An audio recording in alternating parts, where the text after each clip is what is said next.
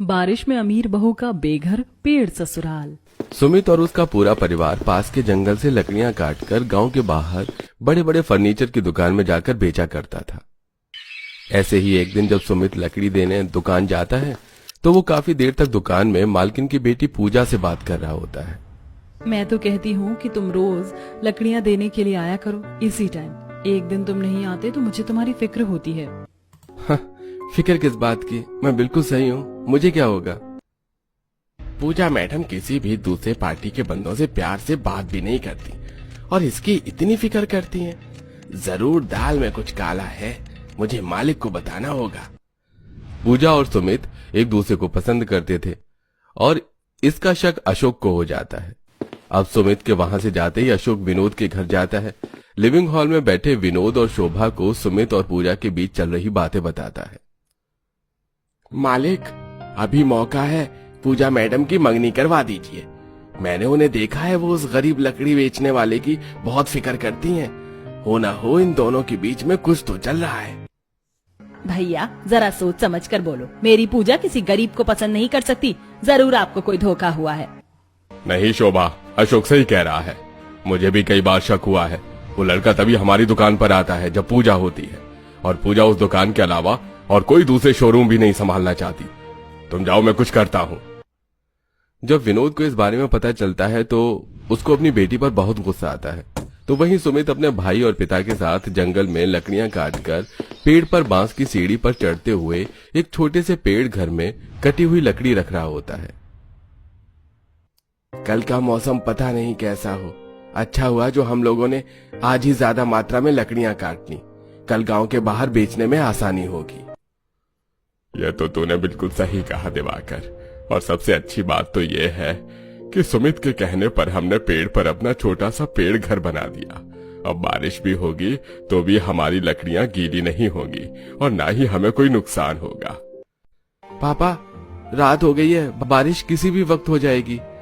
अब हमें घर चलना चाहिए। भाभी गर्भवती है, सब घर पर हमारा इंतजार कर रहे होंगे और मुझे आज आप लोगों को कुछ बताना भी है।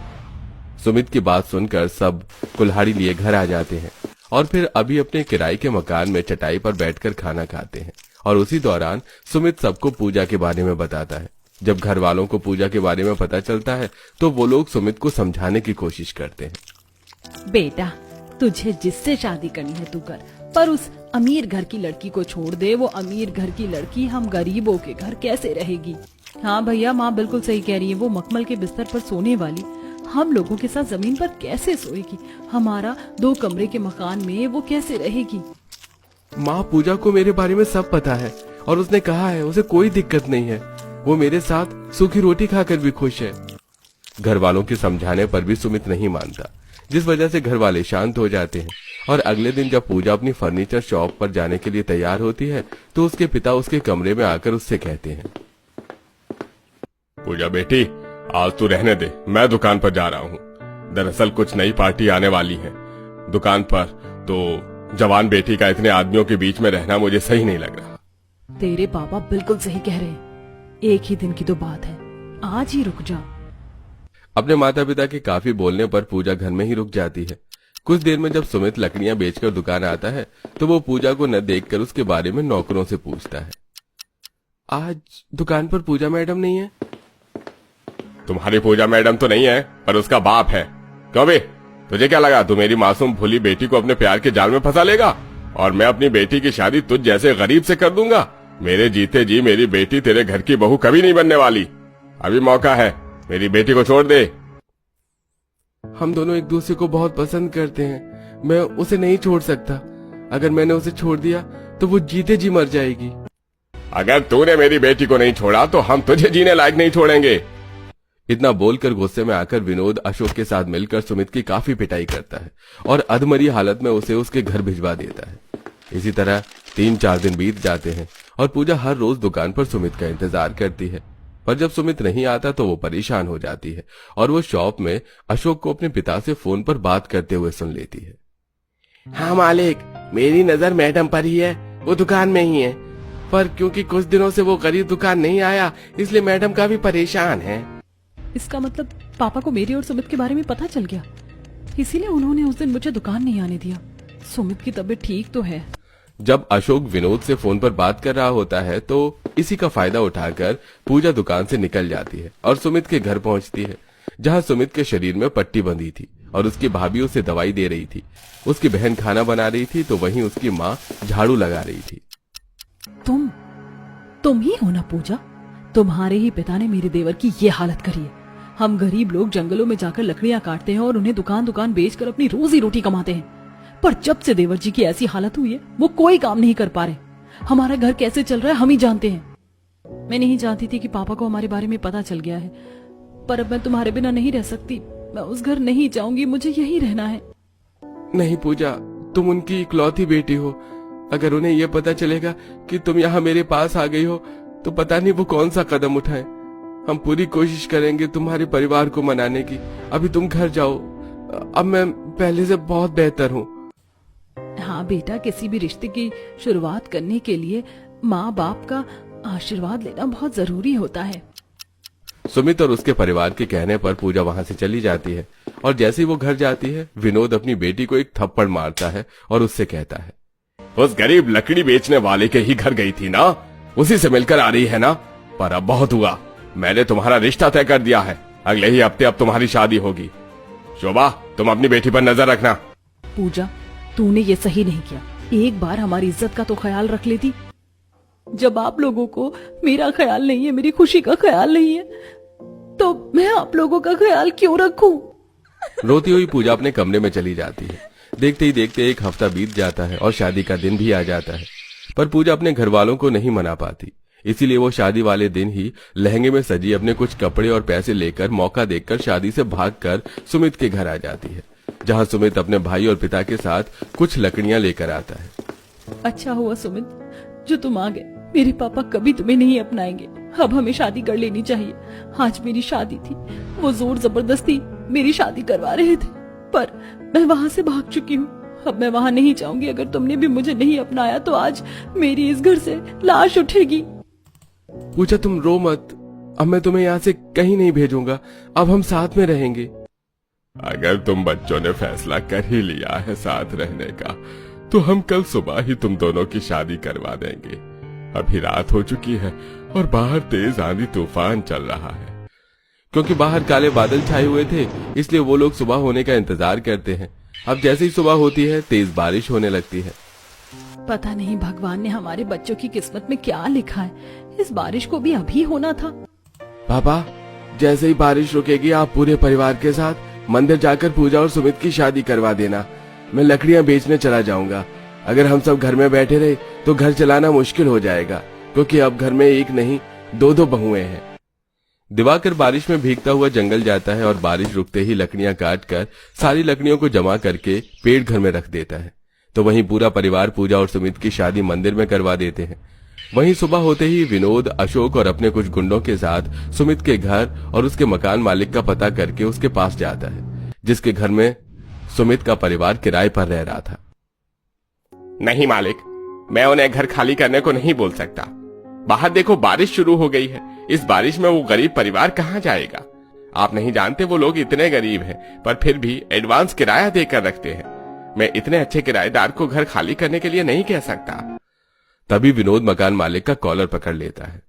अगर तूने उन गरीबों को बेघर नहीं किया तो मैं तुझे बेघर कर दूंगा। अरे तुम सब खड़े खड़े मुंह क्या देख रहे हो? घर में जितना भी सामान रखा है सब तोड़ना शुरू करो। नहीं भाई साहब, अपने गुंडों को रोक दीजिए। मैं उन लोगों को घर से निकाल दूंगा। मैं अभी छाता लेकर जा रहा हूँ। विनोद की धमकी सुनकर मकान मालिक डरता हुआ बारिश में ही छाता लेकर सुमित के घर पहुंचता है और उन्हें घर खाली करने को कहता है। भैया, हमने तो इस महीने का किराया भी भर रखा है। हम इस बारिश में कहाँ जाएंगे? मेरी एक बहू गर्भवती है और दूसरी बहू आज ही शादी करके घर आई है। आपके घर बहू नहीं आफत आई है अम्मा जी। आप कृपया करके मेरा घर खाली कर दीजिए, वरना आप लोगों के चक्कर में मैं बेघर हो जाऊंगा। ठीक है मालिक, हमें थोड़ा समय दो। हम अपना सामान पैक करके शाम होने से पहले घर खाली कर देंगे। सुरेश अपने मकान मालिक की हालत को समझता है और पूरा परिवार उदास अपना अपना सामान समेट लेते हैं। देखते ही देखते बारिश भी बंद हो जाती है और वो लोग शाम होने से पहले घर खाली कर देते हैं और रास्ते पर चलते चलते वो लोग बातें करते हैं। माँ फिर से काले बादल छा रहे हैं। अब तो तेज तूफान भी आ रहा है। हम इस बारिश में कहाँ जाएंगे? माँ जी, हमारे सर पर अब कोई छत नहीं है। रात कहाँ बिताएंगे? कुछ ही देर में अंधेरा हो जाएगा। अब हम क्या करें? मैं आसपास में बात करके आता हूँ। सुमित दिवाकर के साथ आसपास के घरों में बात करने जाता है तो वहीं सुरेश अपने पूरे परिवार के साथ एक पेड़ के पास बैठ जाता है। काफी विनती करने पर भी सुमित और दिवाकर को कोई अपना घर किराए पर नहीं देता और वो उदास अपने परिवार से कहते हैं, पूजा के पिताजी ने यहाँ सभी को डरा धमका के रखा है। हमें कोई यहाँ घर नहीं देने वाला। और सुमित, मुझे नहीं लगता कि तुम गांव के बाहर जहां भी लकड़ियां बेचने का काम करते हो वहां कोई भी अब तुमसे लकड़ियां लेगा। इसलिए अब पूरे घर की जिम्मेदारी मुझ पर और पापा पर है। अभी ये सब बात करने का समय नहीं है। अभी हमें सर छुपाने के लिए जगह चाहिए। बच्चों, मेरे पास एक तरकीब है। हमने जंगल में एक पेड़ पर छोटा सा पेड़ घर बनाया है। कुछ ही दिन में बारिश शुरू हो जाए उससे पहले हमें उस पेड़ घर में चलना चाहिए। आज रात उस पेड़ घर में बिता लेंगे और बाकी कल देखते हैं। पापा बिल्कुल सही कह रहे हैं। आज रात हमें हमारे उस छोटे से पेड़ घर में ही रहना चाहिए। सुरेश अपने पूरे परिवार के साथ जंगल जाता है। अब एक एक करके सब बांस की सीढ़ी पर चढ़कर पेड़ घर में जाते हैं और पेड़ घर की सफाई करने लगते हैं। दीदी, आप प्रेग्नेंट हैं। आप मुझे दे दीजिए लकड़ियों की गठरी, इन्हें मैं साइड कर देती हूँ। नहीं पूजा, तुम अमीर घर से हो। तुमने तो आज तक एक मटका पानी का नहीं उठाया होगा। तुमसे लकड़ी का बोझ नहीं उठने वाला। तुम बैठ जाओ, हम कर लेंगे। भाभी, आप आराम कर लो। हम सब 10 मिनट में यहाँ की सफाई कर लेंगे। अब मैं भी इस घर की बहू हूँ और मैंने सुमित से वादा किया था, सुख हो या दुख, मैं हमेशा आप लोगों के साथ रहूंगी। घर वालों के मना करने पर भी पूजा नहीं मानती और अपनी सास के हाथ से झाड़ू लेकर झाड़ू लगाने लगती है। तो वहीं पूजा और काजल लकड़ियों के बोझा एक के ऊपर एक रखने लगती हैं। तो वहीं रात में भी दिवाकर, विनोद और सुमित लकड़ियां काट रहे होते हैं। कुछ ही देर में बारिश शुरू हो जाती है और वो पेड़ घर में आ जाते हैं। ये पेड़ घर कितना छोटा है, हम सब इसमें कैसे रात बिताएंगे? बाहर बहुत तेज बारिश हो रही है। वो तो अच्छा है जो हमने एक पेड़ घर बना रखा था। कोई हमें अपना घर किराए पर नहीं देना चाहता। क्यों ना हम इसी तरह 2 और छोटे छोटे पेड़ घर बना ले, ताकि जब तक हमें घर नहीं मिल जाता हम अपने पेड़ घर में ही रह सकें। वैसे हमने ये पेड़ घर इसलिए बनाया था ताकि इसमें हम अपनी सूखी लकड़ियां और खेत की कुछ सब्जियां और राशन रख सकें, क्योंकि नीचे हमारी झोपड़ियां जानवर तोड़ देते थे और कई बार कुछ लोग लकड़ियां लेने आते और हमारा सामान चोरी कर लेते और कई बार बारिश होने की वजह से भी भारी नुकसान हो जाता था। पर किसने सोचा था यही हमारा सहारा बनेगा। दिवाकर का आइडिया सभी को पसंद आता है। अब वो लोग बारिश में अपने छोटे से पेड़ घर में रात गुजारते हैं और सुबह होते ही पूरा परिवार उसी जंगल में लकड़ियां काटने लगता है। तो वहीं काजल अपनी माँ और छोटी भाभी के साथ पेड़ के नीचे पन्नी लगाकर खाना बना रही होती है और एक बार फिर अचानक बारिश शुरू हो जाती है। अचानक बारिश कैसे शुरू हो गई? माँ, खाना ढक दो और ऊपर चलो। जितना खाना बना है आज उतना ही खाकर पेट भर लेंगे। बारिश की वजह से सभी लोग घर में जाते हैं, पर सुमित और दिवाकर अपने पिता के साथ दोबारा नीचे आते हैं और बारिश कीचड़ में भी पेड़ों की कटाई करते हैं, उनकी घिसाई करते हैं और लकड़ियों के टुकड़ों को जोड़कर पेड़ घर बनाने की तैयारी कर रहे होते हैं। इसमें अब पूजा भी पूरा साथ देती है। वो भी भारी भारी लकड़ियां उठाकर सुमित को देती है और काम करने से पूजा के हाथों में छाले आ जाते हैं। सब मेरी वजह से हो रहा है। कहाँ तुम अपने मायके में रानी बनकर रहती थी और यहाँ तुम्हारी वजह से कुछ नहीं हुआ। इन सब की गुनाहगार तो मैं हूँ। मेरे पापा ने हम लोगों को बेघर कर दिया और आज ये नौबत आ गई कि हमें पेड़ घर बनाना पड़ रहा है। बस कुछ दिन की और मेहनत है, फिर हमारा पेड़ घर बनकर तैयार हो जाएगा। पूजा न तो खुद हिम्मत हारती है और न ही सुमित को हार मानने देती है। इसी तरह कुछ दिन बीत जाते हैं और वो लोग अपना पेड़ घर बनाते हैं। एक पेड़ घर जो बना हुआ था उसमें उन्होंने रसोई बना ली थी और बाकी बने 2 घर में उन्होंने रहने का इंतजाम किया, जिसके बाद पेड़ घर में ही खाना बनाकर एक साथ सब खाते हैं। भले ही पेड़ घर है, पर अपने घर में कितना सुकून मिल रहा है। मुझे तो अपना ये पेड़ घर भी प्यारा लगा। सब लोग कितने खुश हैं, पर इन लोगों को आज मेरी वजह से पेड़ घर में रहना पड़ रहा है। अब मुझे भी काम करना होगा, पर मेरे पास अभी तो कोई डिग्री ही नहीं है। सब घर पर है, कोई मुझे नौकरी पर क्यों रखेगा। पर मैं भी हार नहीं मानूंगी। आज तक मैंने अपने घर में नौकरानियों का इंटरव्यू लिया है, उन्हें रखा, पर अब खुद नौकरानी का इंटरव्यू देने जाऊंगी। पूजा, तुम क्या सोच रही हो? खाना खाओ। पापा की वजह से तुम्हारा काम नहीं चल रहा है, इसलिए मैंने सोचा है कि अब मैं भी काम करूंगी। ठीक है पूजा, अगर तुम काम करना चाहती हो तो हमें कोई परेशानी नहीं है। सुमित हर कदम में पूजा का साथ देता है। खाना खाकर सास जेठानी के लिए उसके पेड़ घर में एक मुलायम गद्दा तैयार करती है जिस पर जेठानी आराम से सोती है। वहीं दूसरे पेड़ घर में पूजा और सुमित सोते हैं और रसोई वाले घर में सास ससुर और नंद। और अगली सुबह होते ही पूजा काम की तलाश में निकल जाती है, पर अचानक से बारिश हो जाती है। इस बारिश को भी अब ही होना था, पर मैं हार नहीं मान सकती। मैं इस कीचड़ और बारिश के पानी में ही जाऊंगी काम की तलाश में। पूजा बारिश और कीचड़ में भी घर घर जाती है और ये सब अचानक से विनोद अपनी गाड़ी में बैठा देख लेता है। अब पूजा के जाते ही विनोद उन घरों में जाता है और आंखों में आंसू लिए बाहर आता है। मेरी बेटी बारिश में कहीं नहीं जाती थी। उसे कीचड़ और गीला होना बिल्कुल भी पसंद नहीं था, पर इन गरीबों ने मेरी बेटी की ऐसी हालत बना दी है कि वो बारिश में नौकरों वाला काम देख रही है। मैं उन गरीबों को छोड़ूंगा नहीं, बस एक बार पता चल जाए वो लोग कहाँ रहते हैं। अपनी बेटी की ऐसी हालत देख विनोद और सुमित के परिवार से नफरत करने लगता है।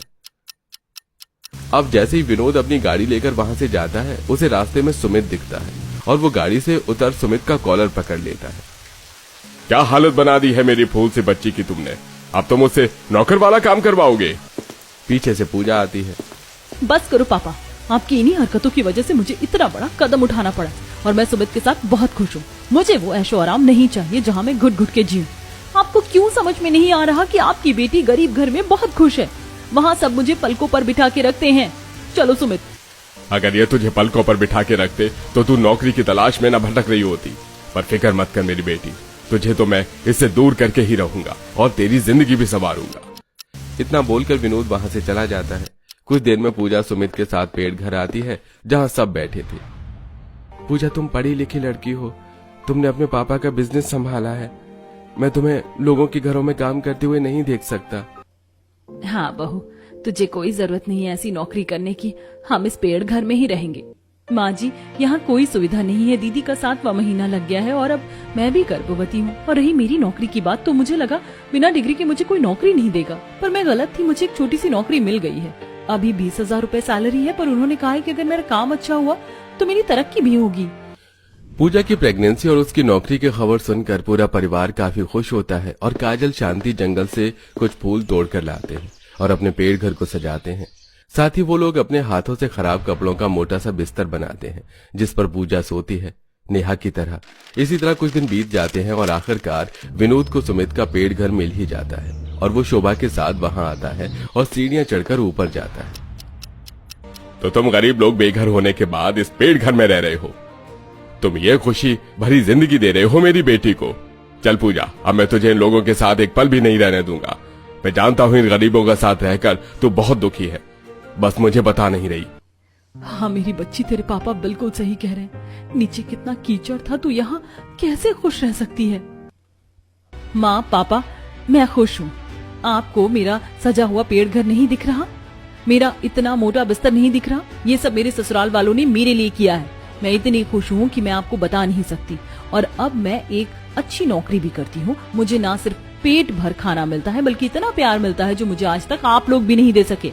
और अब मैं प्रेग्नेंट हूँ, तो मैं सुमित को किसी भी हाल में नहीं छोड़ने वाली। मैं अपने बच्चे को उसके पिता से दूर नहीं कर सकती। अगर आप लोगों ने कभी भी सच में मुझे प्यार किया होगा, तो आप लोगों को कसम है मेरी, मुझे मेरी जिंदगी मेरे हिसाब से जीने दीजिए। मैं यहाँ बहुत खुश हूँ। सुनिए जी, हमें यहाँ से जाना चाहिए। पूजा की बातों से लगता है कि वो सच में यहाँ बहुत खुश है, और हम भी तो अपनी बेटी की खुशियाँ ही चाहते हैं ना। पूजा की ऐसी बातें सुनकर विनोद और शोभा हार जाते हैं और उदास आंखों में आंसू लिए वहां से चले जाते हैं। इसके बाद पूजा अपने ससुराल वालों के साथ उस पेड़ घर में रहती है। समय गुजरता है और सुमित अब लकड़ियां न बेचकर खुद ही फर्नीचर का काम करता है और बहुत जल्द वो लोग गांव में अपना खुद का मकान लेते हैं। और समय समय पर शोभा और विनोद भी पूजा से मिलने उसके घर आते हैं और अपनी बेटी को हमेशा खुश देखकर काफी खुश होते हैं।